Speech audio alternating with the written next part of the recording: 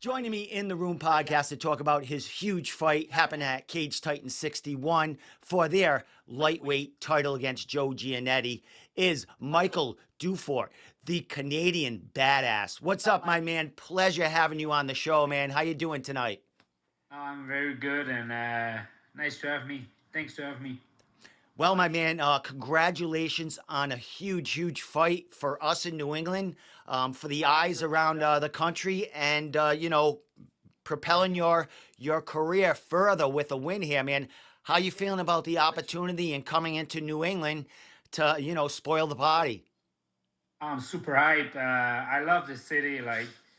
Um, the 3 days I had there were like super nice. The city's beautiful and can't wait to shock the place. Well, as far as the place, you got to experience a card, see an event. You got to go in the cage. You got to face off against Joe. How'd you feel about the atmosphere and the crowd that you're going to be fighting in front of?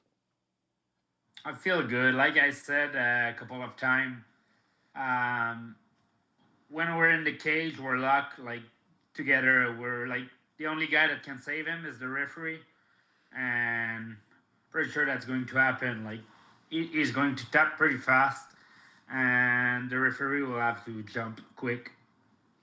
Well, as far as this matchup, how did it come about? Because I mean, you've been mowing through some great competitors here in the last three fights. You fought for PFL last year, last March. Had a couple of fights since then, fighting Luis Pena, your last fight in April. Let's talk about PFL and on. Fought for PFL, had a second round finish in there. What was the decision? And it's been over a year since you fought for them. Why not back at PFL, and why'd you move forward? PFL was a super nice experience, but having a training partner in the PFL tournament isn't super nice for me because if I want to get in the tournament, I may have to fight him, and that's not something we want. And we wanted to fight like really fast because I was hot. I'm in a very good shape right now, and we got an offer from UAE for a good fight, a stand-up guy. And like I said, I wanted to fight real fast, and we asked PFL to let us go, and that's why we went to UAE. Super nice experience too. Like crazy, Dubai is something special, and like UAE let me live this experience. That's pretty cool. Nice. Well, my man, you stayed busy. Had another fight after that against a UFC guy, fought in the UFC, was on the Ultimate Fighter, and a dude that's hard to finish. I think he only maybe had one finish. He was finished once in his career, and it was for the UFC. You went in there and you took out him in seconds, man. How'd you feel about that experience, getting that win and beating a guy that's pretty legit on the circuit and had a lot of eyes on him? Man, I'm ready for all the tests that people can bring me. Like I know my level, and like me and my team were pretty confident about this matchup. And that's a funny thing because he's pretty much like Joe Giannetti is pretty much like Luis Pena, like tall guy, southpaw. Like that's that's the type of fighter we like to fight. Like I'm smaller, but when I grab you, when I put pressure on you, I break them. I break these guys. Well, watching that fight, it was nonstop pressure from you. The commentators would call your onslaught blitzes, and you'd catch them a couple of times. But you have that game, so you can get in close to these taller guys and put them on their backs. And you've been doing that, man. You talked about Joe Giannetti and Lewis. They were actually on the same Ultimate Fighter show, I do believe, the undefeated season, correct? Yep. Yep, same season. That's pretty funny. Yeah. Yeah, kind of a coincidence there. So, you talked about Joe being about the same style, same height, length, and all that, man. What are you expecting from his game? You think he's going to have more to bring you than Lewis, or what? How do you think the fight's going to go? And Joe's overall game against yours. Yeah, I guess Joe's going to be ready because like he saw what happened with Luis Pina, and he don't want it to happen to him. Um, I guess he'll be ready for blitzes, and um, I don't know, man. I guess he'll be ready, but like you can't really be in my mind when I'm going to put the pressure on him. He's going to get overwhelmed pretty fast and get on his heel, and I'm pretty sure I'm going to be able to do whatever I want. Well, as far as looking at Joe and some of his past fights, opponents, and stuff like that, what do you see? What do you see there as far as opponents and Joe's overall game as far as a competitor against you? Yeah, that's the thing I think is playing against Joe. His two last opponent, I looked him and it's ridiculous. Like ridiculous.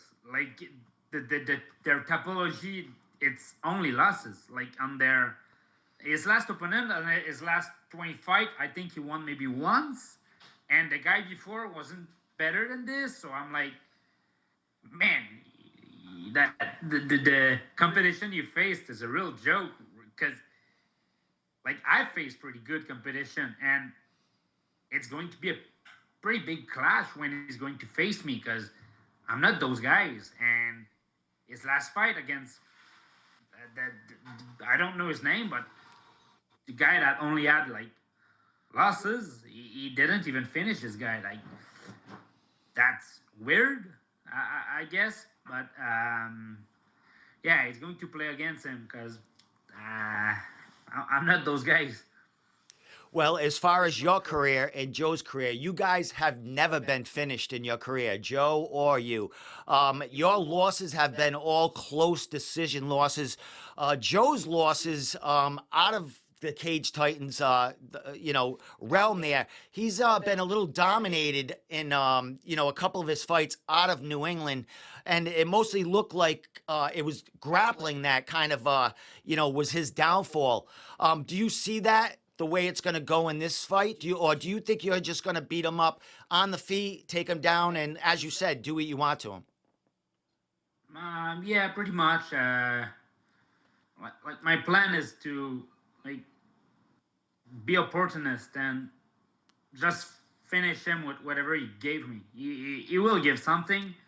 Like the pressure will be too high, and I think he'll get like I said, overwhelmed, and he'll just give me a finish, and I'll take it. I'm a very opportunist fighter. I'm a real finisher. Like I finished 10 of my 11 opponent I faced, and I win. And yeah, I'm a finisher, and that's my plan. I'm going there to finish this guy and bring back the belt home. Well, there you go, my man. Well, a couple more questions, my man. But as far as this fight coming up, it's less than a couple of weeks away. What's kind of left to do in your training camp at this point? You got to travel a little ways, I do believe. But what's left in the last week and a half before you make them scales on September 22nd? We're pretty much focusing on the diet. Um, just do the weight properly and get back in shape real fast. That's a thing I got called too about Joe. He's missing a lot of weight, and I hope he's going to be on weight because if he's not, I don't know, man. It's better to be on weight and do his homework because I will be on weight, 155 flat, championship fight, and yeah, that's it. Pretty much preparing for the weight and little visualization and short training, but nothing much right now. There's nothing I can like. The real work has been done. Well, as far as training camp, who has been some of your main partners getting you ready for this huge title fight? I have a couple of guys. We have some top guys in Quebec. I'm training a lot with Ian Scobie. He's going to be in my corner. He's a super high level Taekwondo black belt. Super good left flight southpaw. I'm training with Olivier Aubin-Mercier too. That is one of the best 155 southpaw in the world right now. I'm training with Frédéric Duprat. That is he's fighting professional. He's a champion in an organization here in Quebec, and pretty good, pretty explosive guys. Yeah, I'm pretty sure that, like, every day I'm going to train. I'm training with better guy than Joe, and like I don't think he can bring anything that these guys can't bring me. Well, two more questions, my man. As far as this fight, talking to the promoter as media and behind the scenes, everyone's saying this is the fight is that's going to get one of you two guys to the UFC.